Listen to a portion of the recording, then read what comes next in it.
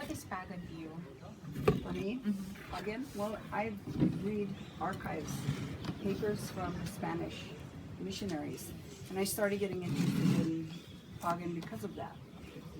Back in the 1600s, there was thousands of ancient people living on Pagan, Alamaga, and all the islands. And they kept the islands moving forward for us. So I think we need to keep the islands moving forward for our generations to come. And in order to do that, first we have to save it from what might happen to it. And there's someone else interested in taking over the island for a different reason than what we would like. And so our groups are trying to save the island for not just local people, but tourists as well. We would like to see ecotourism here. We are about 200 some miles away from Saipan in the north. And there are many islands out here, but specifically Pagan, because Pagan is one of the islands that we can get on. Others are sanctuaries and monuments, so we can't get on those islands. So Pagan is an interesting island because it has two islands that came together. It has two volcanoes, one in the north, one in the south. And it's got an airstrip that was here since the Japanese came in. They built a beautiful island airstrip, and they built a dock for ships to come in. So when you have that kind of a landing area, you can get goods into the island that people would need for their living. So it was a busy island back in the 60s. They did copra, they did pineapples, all kinds of agricultural things. So people live here. Yes, people lived here, and they didn't just live here, they thrived. They didn't just survive. They were happy. They were healthy people, and they were very industrious people. And they gave birth here, and they had children, and the children learned how to help. It was copra that was bringing in money for their families, and they had a wonderful life. Everything kind of came to a halt in 1981 when the north side volcano blew. Lava flowed, people had to run to the south side of the island, and evacuation took place. And so the island kind of closed down and settled down in maybe 20 years.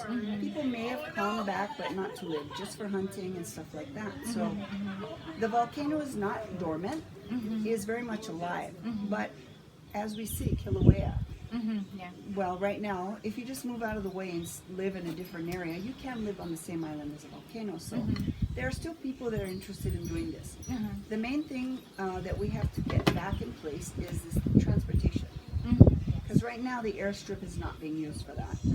And that would be the most ideal transportation, because of people don't like, or they don't have time to ride 20 hours on a ship. Most people don't like riding ship. So right now, ship is the only way to go. And if you're not in a scientific group or a business group that has something to do out here in the islands business-wise, you're probably not going to be able to get on a vessel, because there's very few vessels that come out here. The Super Emerald belongs to my husband and myself, and we have taken scientists and people that are doing research, and that's how we started coming out.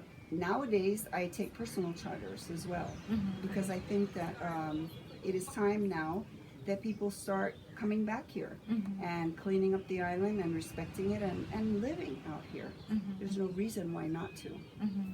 If we don't do this, the military might just take this island away from us, and we will never come back to it again. It will be bombed out, and the island will be super sad. Let's put it that way. It will be a dead island. So, speaking of population, like the families that lived here, grew up here, were born here, moved to Saipan, and have you been talking to them? You know, helping you help you out with the project, of reviving Pagan, having residents here. I am also a resident of Pagan Island legally, and we're talking about the second generation more now than the original elders, because a lot of them have died. But many people want to return here. It's just that how can they return here if there's no good transportation? They'll be stuck out here, and how are they going to get their commodities from Saipan, sugar, coffee, etc. And they do want to return. So our goal with our mayor now, we started last March. We came into office, and in this short time, about a year, we have islands up and running, meaning that you can easily come out here and live now. We've brought back our good, clean water supply. We've cleaned up the hazards of garbage and everything. The islands are beautiful. We have kitchens, and we have places where people can start staying temporarily until they build their own structures. Yes, we have a lot of people that say they want to do that, and only now are we opening it up for people to come back. The first months of our operation, we were not inviting people to come back. The islands were messy. Yeah. They didn't have a good water source. So now we're comfortable with that. And our first charters will be June, August, and November. And we're focusing on people that want to come and stay. We're not looking at people that want to just take a round trip and take a little vacation. We are trying to start with people that are serious and want to start living out here again. And we have heard that there are many. That's yet to be seen. It's not easy. It's not easy, and leaving the comforts of Saipan, we do not have internet, we do not have power. We have a better life, actually. We have a better life, a healthier life out here. But it's going to take some adjustment for the new generations to want to be able to do that, to make money, growing crops, fish, transport, smoking meats. This can all be done, and so our mayor's office is going to help teach whoever wants to learn how to do that best and how to make a living. They're not going to just come out here and sit and eat. They're going to come out here and be productive people, and that's what we're looking at. And with our help, we will try as much as possible to give them the tools to do that and the knowledge. That's right. Yeah, so transportation is one of the challenges. What other challenges are you is ahead of you in terms of achieving that goal of trying to get people live here again? Well, obviously it's going to have to be, our office does not have a big budget. So we're not going to be able to provide you with building materials for your let's say, agricultural homesteading. And that's going to be all hard work. That's all manual work. We don't have any machinery here as far as bulldozers or backhoes to move things around. So it's all going to be manual. If we have to dig, we dig. But the good thing is that we have many people working for our office, and we'll work together on the site with the people to help them get their water tanks in, piping in for their kitchens, solar panels for their lighting. We don't want this to be a city like Saipan. We want this to be a natural one place in the world that there really is none.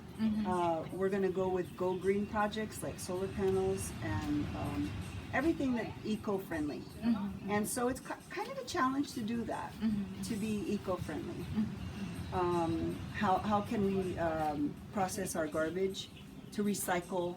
For example, we don't want to have a big dump here that's going to be ugly. We want to figure out what can we do with this garbage instead of bury it, We want people to be eco-friendly. And so those are challenges because we're so used to just throwing it in the garbage can and then that goes to the dump. Here we don't have a dump. We need to process our waste. And so these are harder things because you have to relearn how to do this properly. And these are some of the things that are going to be hard for people to relearn how to be better stewards of the island. Yeah, that's right. Have you reached out to any government official or politicians to help you out with that vision, with that project? We started going on as many interviews as we can because we need the media to help get the word out what we're trying to do. This is not just for the residents that want to return. This is for other people as well. I am a resident, but there are a lot of people that are not residents yet that are willing to come back here. And I'm not saying they can own a plot or anything like that. I'm saying that they can come out here and do something. And so we're welcoming all people that want to come out and do positive things for these islands. I think there's many jobs that we can have as tour guides. We can have small places that we can cook for people that want to come out. We can be the camp stewards. there's many things that we can do. We don't need money on this island. There's no banks, obviously. But what we do need is services that we provide. Money can be collected on Saipan with our families, and in turn they send the supplies we need out here for us to live. It's not about money for us here. It's not about money. It's about mounting the challenges of a frontier land. This is basically a frontier land.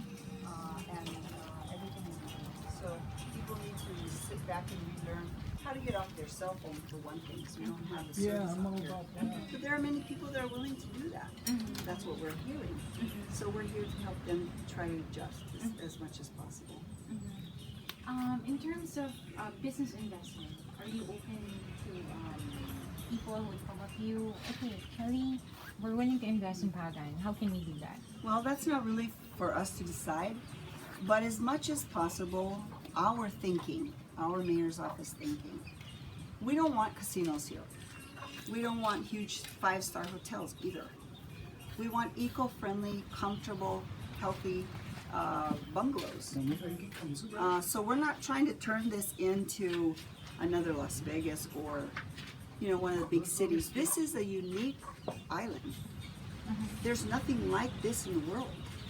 And we want to keep it the way it is. The transportation here will probably be cow carts. That's what we're looking at. This is going to be a place for people that appreciate this kind of retreat. Not only do we want eco-friendly tourism, but we're trying to get programs going for our, how do we say it, for our lost children in Saipan. Children that are going into the penal system that maybe they're not being, they don't have any goals, or people are not trying to help them figure out their lives, and so they go backwards instead of forward, and they make a mess of their life. We want to try and bring them out here and help them to sit down, let's regroup, and let's guide you to be better people, because we know that that's what humans want to be.